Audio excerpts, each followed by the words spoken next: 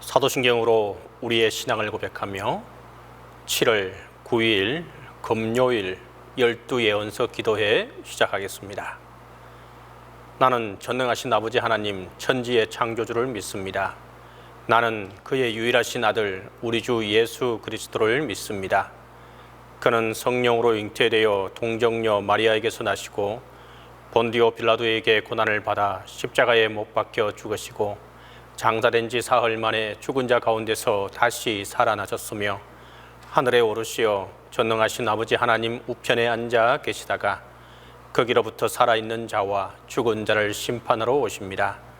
나는 성령을 믿으며 거룩한 공교회와 성도의 교제와 죄를 용서받는 것과 몸의 부활과 영생을 믿습니다.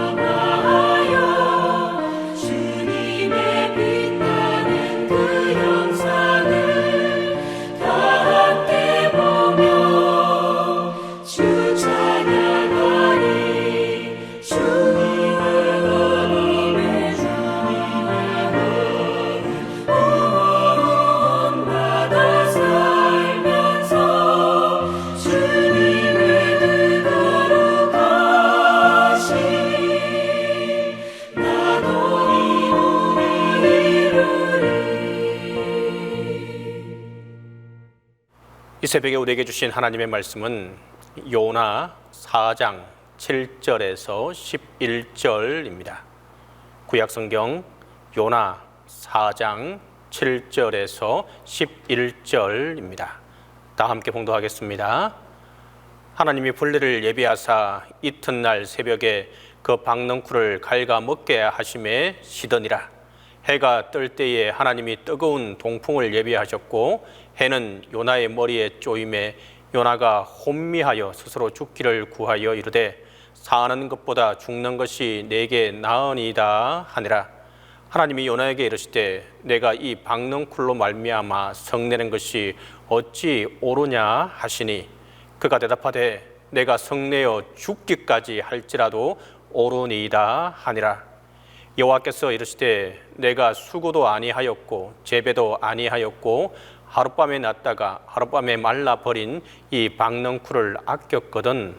하물며 이 큰 성읍 니느웨에는 좌우를 분별하지 못하는 자가 12만여 명이요 가축도 많이 있나니 내가 어찌 아끼지 아니하겠느냐 하시니라.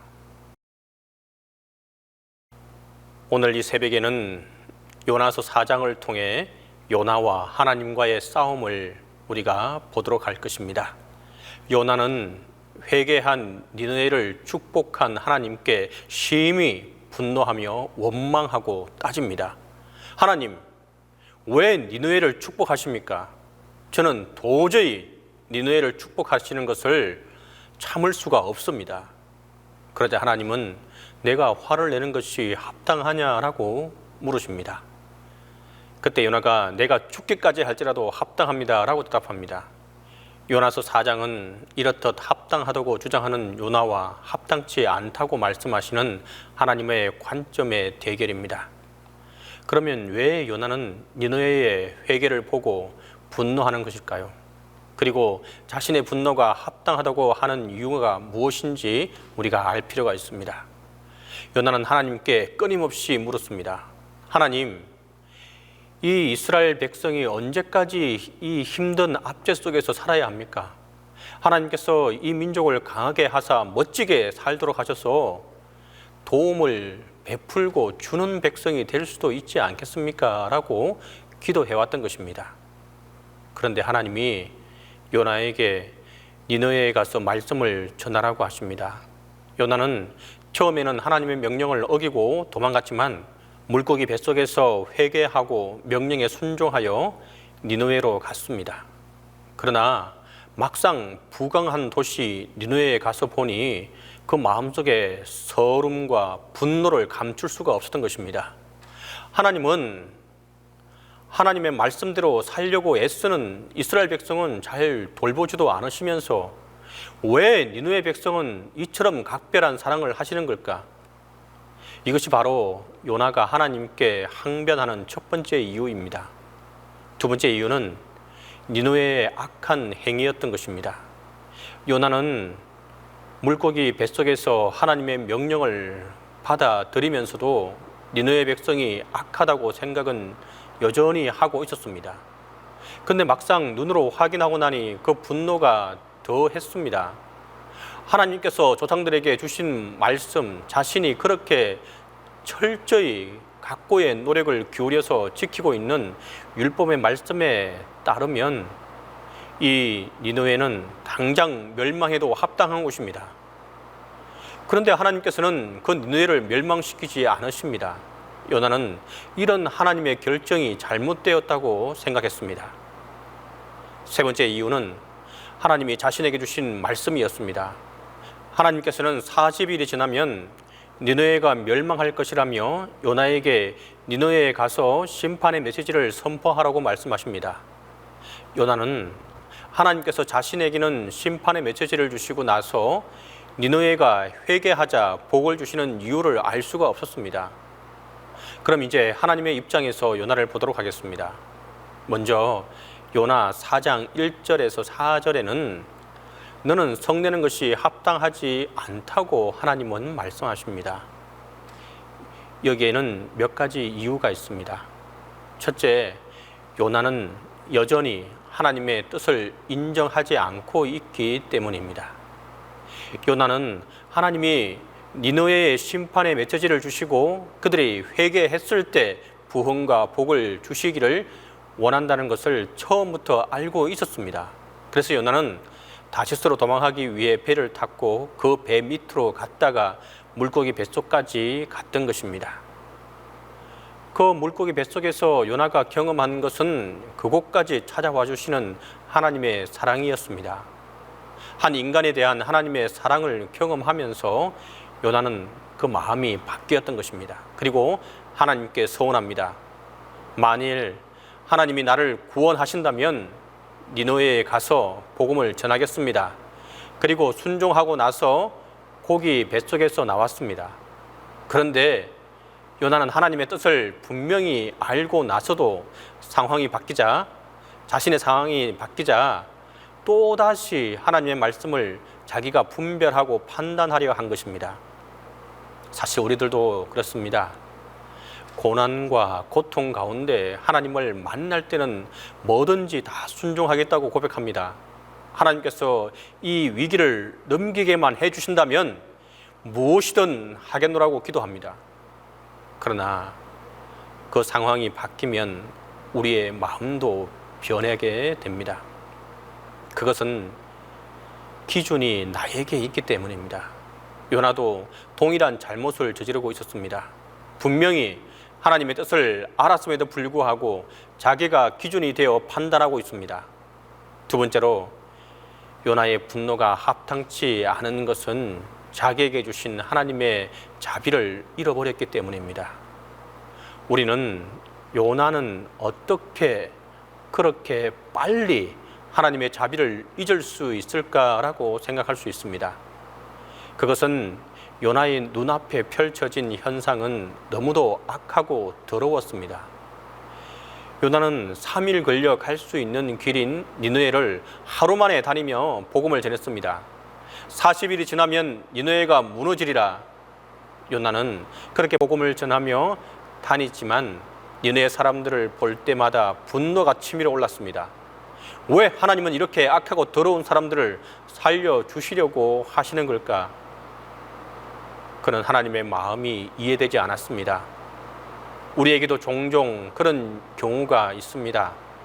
요나가 겪은 상황이 바로 그와 같은 상황이었습니다. 단지 니느웨가 악한 상황이라고 상상했을 때는 그저 그럴 수도 있었다고 생각할지 모릅니다. 그러나 그들을 알면 알수록 더 견디기 어려웠습니다. 요나는 니느웨의 악을 보면서 하나님 앞에서 자신도 죄인이란 사실을 망각해 버린 것입니다. 그랬기에 요나는 하나님께서 원수의 땅을 용서하시고 복 주시는 것을 용납할 수 없었던 것입니다. 니느웨의 악을 본 요나는 자신이 심판자가 되어버렸습니다. 오직 심판하실 분은 하나님 한 분밖에 없다는 사실을 우리가 꼭 기억할 수 있기를 바랍니다. 그러므로 우리는 원수 갚는 것조차도 하나님께 맡기며 살아가야 하는 것입니다. 요나의 잘못은 자신의 생각에 빠져 하나님을 잘 알지 못한 데서부터 출발한 것입니다. 그는 지식적으로 하나님에 대해 많이 알았습니다. 그러나 하나님이 한 영혼에 대한 뜨거운 사랑을 가지신 분이라는 것을 알지 못했습니다. 하나님은 한 생명을 천하보다 귀히 여기시는 분입니다. 하나님은 모든 인류를 구원하시기 위해 오래 참으시고 끊임없이 그분의 사랑을 모든 민족에게 나타내십니다. 요나는 바로 그 하나님의 사랑을 알지 못한 것입니다. 오히려 하나님의 행동을 판단하고 비판하고 있습니다. 우리는 하나님을 믿고 순종하는 삶을 살 수 있어야 합니다. 하나님이 우리에게 행하신 일들을 이해하지 못해도 우리가 순종하면 그분의 역사를 깨닫게 될 것입니다. 우리에게는 하나님께 전적으로 순종하는 믿음이 필요할 뿐입니다. 하나님을 믿음으로 하나님을 아는 능력이 더욱더 충만해지기를 간절히 바랍니다. 하나님의 관점에서 보면 요나는 자기의 우물 안에 갇혀서 자기만을 생각하는 사람이었습니다. 이제 그는 말로 하나님께 항변하는 것이 아니라 자기의 몸으로 대들고 있습니다. 5절을 같이 보겠습니다. 요나가 성에서 나가서 그 성 동편에 앉되 거기서 자기를 위하여 초막을 짓고 그 그늘 아래 앉아서 성읍이 어떻게 되는 것을 보려 하니라. 요나는 자신이 그 성을 지켜보는 것이 마땅하다고 생각했습니다. 그러나 요나는 중대한 실수를 범하고 있습니다. 자신에게 주신 사명을 포기한 것입니다. 요나가 니느웨에 가서 복음을 전함으로써 그들이 회개하고 하나님 앞으로 돌아오기 시작했습니다. 이때 요나가 할 일은 자신이 알고 있는 하나님을 가르치고 예비하도록 돕는 것이었습니다. 그러나 하나님의 사명을 포기한 요나는 성 밖으로 빠져나와 자신만을 위한 초막을 지었습니다. 요나는 니느웨 성 안에 머물러 있어야 하는 사람입니다. 그곳이 하나님께서 주신 자리였지만 요나는 그것을 원치 않고 자기를 위한 초막을 짓고 구경꾼으로 전략해버렸습니다. 비판하고 평가하는 것은 쉽습니다. 그러나 바로 잡는 것은 어렵습니다. 우리가 이 땅에서 살아가는 이유는 하나님이 우리를 이곳에 보내셨기 때문입니다. 하나님이 우리를 이곳에 두시고 원하시는 것은 요나처럼 구경꾼이 되라는 것이 결코 아닙니다. 세상을 변화시키기를 원하시고 계십니다. 그는 끊임없이 하나님을 따르고 순종한다고 말하면서도 자기를 죽이고 있지 않았습니다. 하나님 중심이 아니라 자기 중심입니다. 요나는 이스라엘 백성도 니느웨 백성도 아닌 자기 아집으로 가득 차 있었습니다. 그렇게 시위하는 요나에게 하나님은 한 사건을 통해 그가 얼마나 개인주의며 이기주의인지 깨닫게 하십니다. 그것은 바로 박넝쿨 사건이었습니다. 6절을 보면 요나가 박넝쿨을 인하여 심히 기뻐했다고 말합니다. 요나가 기뻐한다는 표현이 처음으로 나와 있습니다. 요나는 하나님의 음성을 들을 때도 고기 뱃속에서도 나올 때도 니느웨로 갈 때도 기뻐하지 않았습니다.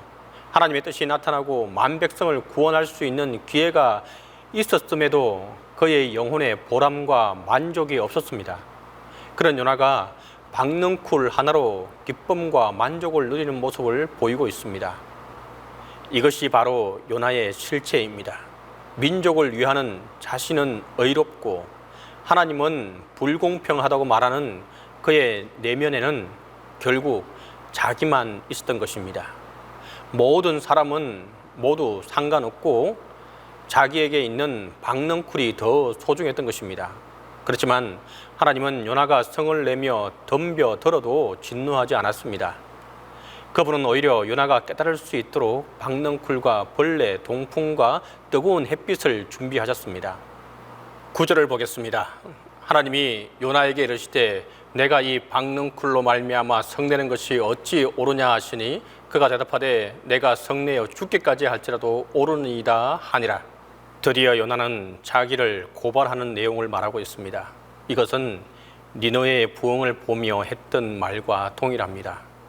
이것을 들은 하나님께서 요나의 어리석음을 깨우쳐 주십니다. 10절과 11절입니다.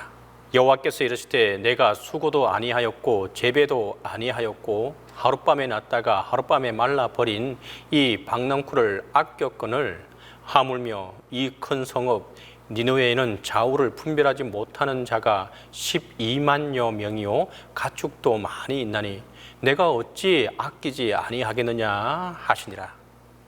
하나님의 반대 질문은 무엇입니까? 내가 아끼는 것이 무엇인가? 그렇게 분노했던 것이 무엇인가입니다. 민족의 부흥도 공의도 아닙니다.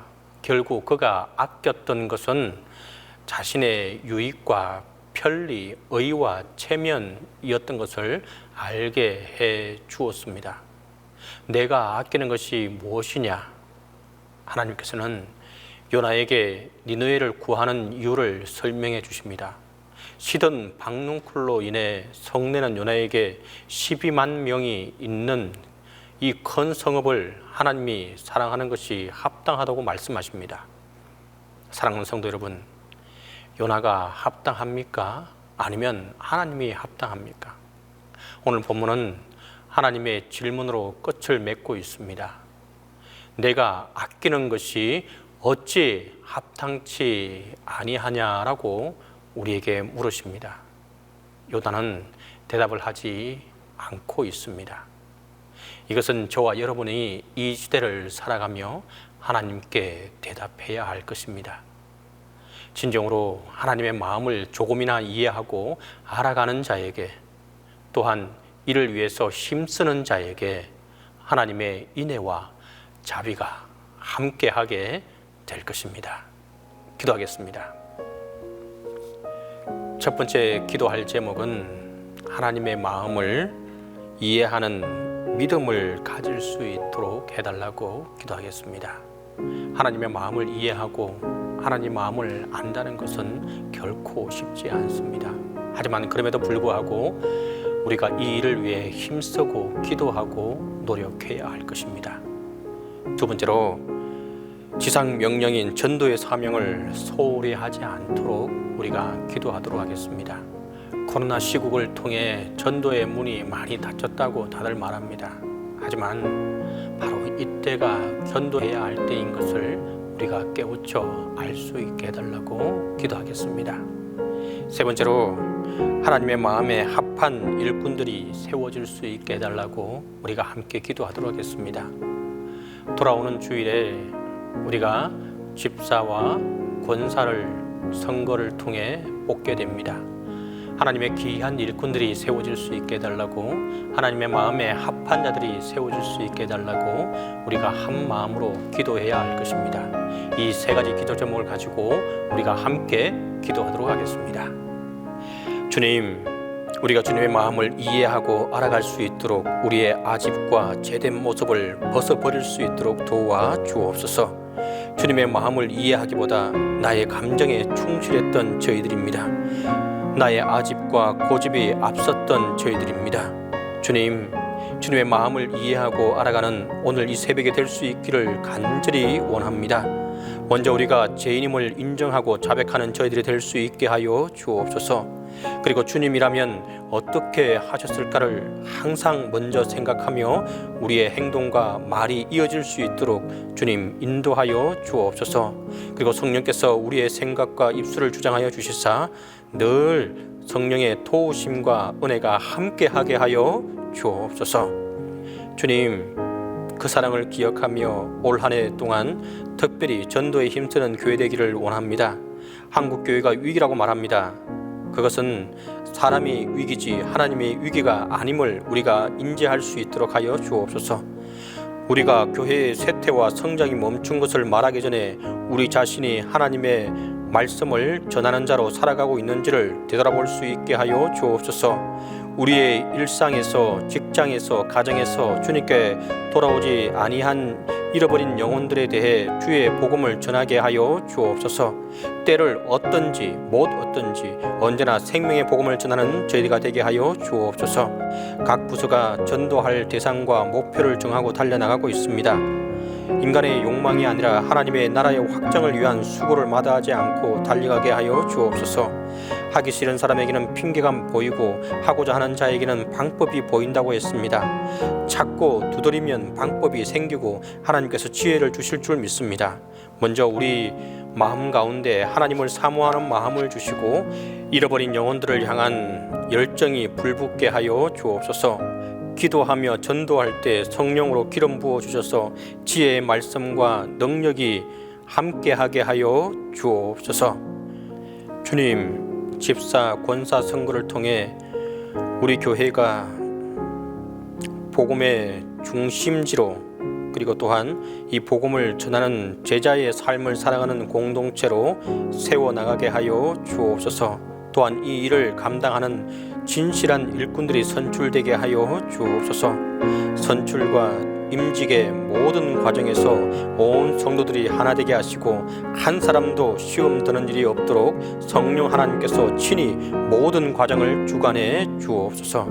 선한 일을 사모하며 절제하며 신중하며 자기 집을 잘 다스릴 뿐만 아니라 교회 밖의 사람들로부터도 선한 증거를 얻는 자들이 집사와 권사로 선출되게 하여 주옵소서. 성령과 지혜가 충만하여 칭찬받는 자, 깨끗한 양심의 믿음의 비밀을 가진 자들, 그리스도의 몸된 교회를 충성스럽게 섬길 자들이 일꾼으로 선출되게 하여 주옵소서. 행실이 거룩하며 모함하지 않으며 선한 것을 가르치는 자들, 예배와 기도와 봉사에 힘쓰는 자들이 집사와 권사로 선출되게 하여 주옵소서.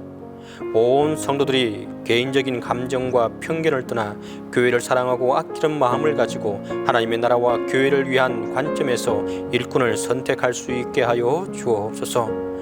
뿐이 지위나 자격의 표시가 아니라 희생과 수고와 섬김의 징표라는 사실을 알게 하시며 선출 여부와 관계없이 변함없이 아름답게 교회를 섬기게 하여 주옵소서.